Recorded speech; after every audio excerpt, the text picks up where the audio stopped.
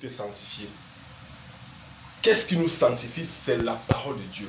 Ce n'est pas le jeûne, ce n'est pas la prière, ce n'est pas les actions de grâce, ce n'est pas les offrandes, ce n'est pas le fait d'aller à l'église tous les jours, c'est la parole de Dieu qui nous sanctifie. Dès lors où la parole de Dieu a été modifiée par qui que ce soit, prophète, pasteur, apôtre, évangéliste, diacre, ancien de l'église, lorsque la parole a été modifiée d'un seul iota, cette parole n'est plus authentique et elle ne peut plus te sanctifier.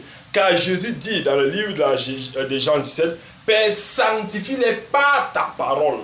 Il n'a pas dit de nous sanctifier par la prière, par le jeûne ou quoi, sanctifier par la parole. Or, dès lors où la parole de Dieu dans ta vie a été modifiée, dès lors où un pasteur, un prophète, un apôtre, un diacre, un docteur de la loi a modifié la parole de Dieu à son profit, cette parole-là, fait là-bas 10 ans, 20 ans, elle ne peut plus te sanctifier. Et Paul va dire à Timothée quelque chose de très pertinent. Quand tu vas lire le livre de Timothée qu'on a médité ce matin, dans 1 Timothée 4 et dans 2 Timothée 3, où l'Esprit de Dieu dit explicitement qu'à la fin du temps, il y aura des gens qui vont abandonner l'église. Et au verset 6, il dit quelque chose de très important. Il dit, Père, sanctifie-les par ta parole. Alors, si la parole de Dieu a été modifiée par l'interlocuteur, a été modifiée par le prédicateur, cette parole-là ne pourra plus jamais te sanctifier. Qui s'appelle le grand pasteur du monde, la parole ne peut plus te sanctifier. Nous devons prier le Seigneur. Seigneur, donne-nous la force de maintenir l'originalité de la parole dans notre vie. Mais si la parole de Dieu dans notre vie est modifiée ou a été modifiable par qui que ce soit, nous ne pouvons plus être sanctifiés par cette parole. Car la Bible est claire.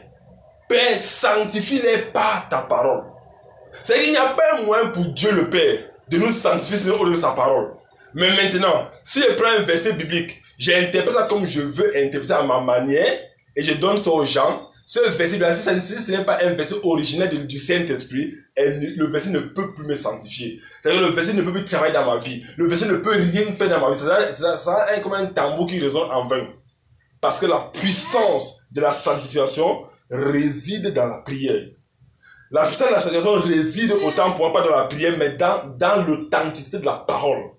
Parce que Jésus savait qu'il y aura beaucoup de jeûneurs, il y aura beaucoup de gens qui vont prier, intercéder, comme les moines, les musulmans, tous prient, ils intercèdent. Mais celui qui modifie la parole de Dieu, la parole ne peut plus sanctifier, et toi qui la modifies, et le peuple qui l'écoute. Alors il a dit, Père, je te prie de les sanctifier par la parole. Partout où Jésus a parlé de la parole de Dieu, il a toujours prié le Père de nous sanctifier par sa parole.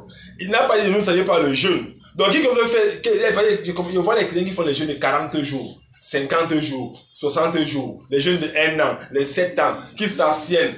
S'abstenir ne te sanctifie pas. La seule chose mandatée et écrite noir sur blanc, ce n'est que la parole de Dieu qui nous sanctifie. Maintenant, que tous les pasteurs et les prophètes et les apôtres et les docteurs de la loi sachent que celui qui modifie la parole devant le peuple, il ne peut plus sanctifier le peuple par la parole. C'est fini. Amen. Maintenant, nous devons élever la voix. Père, sanctifie-nous par ta parole. Premièrement. Et deuxièmement, que le Père nous donne la capacité de conserver l'originalité de sa parole. Il y a des gens en ligne, par exemple, la Bible dit ceci. Il dit que non, l'Esprit de Dieu lui a dit que, parce qu'il va tirer ça à son avantage. Oui, c'est bien de tirer des versets bibliques à son avantage.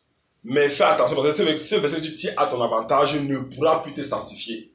Et demain, les gens vont dire, Seigneur, mais j'ai obéi à tel verset. Seigneur, j'ai mis tel verset en pratique. Jésus va nous dire que ce verset-là a été modifié par ta personne. Donc, le verset ne peut plus te sanctifier. Parce que le verset biblique est issu de la parole de Dieu. Or, si un verset biblique, comme Apocalypse 21 ou 22 le dit, 22, celui qui retire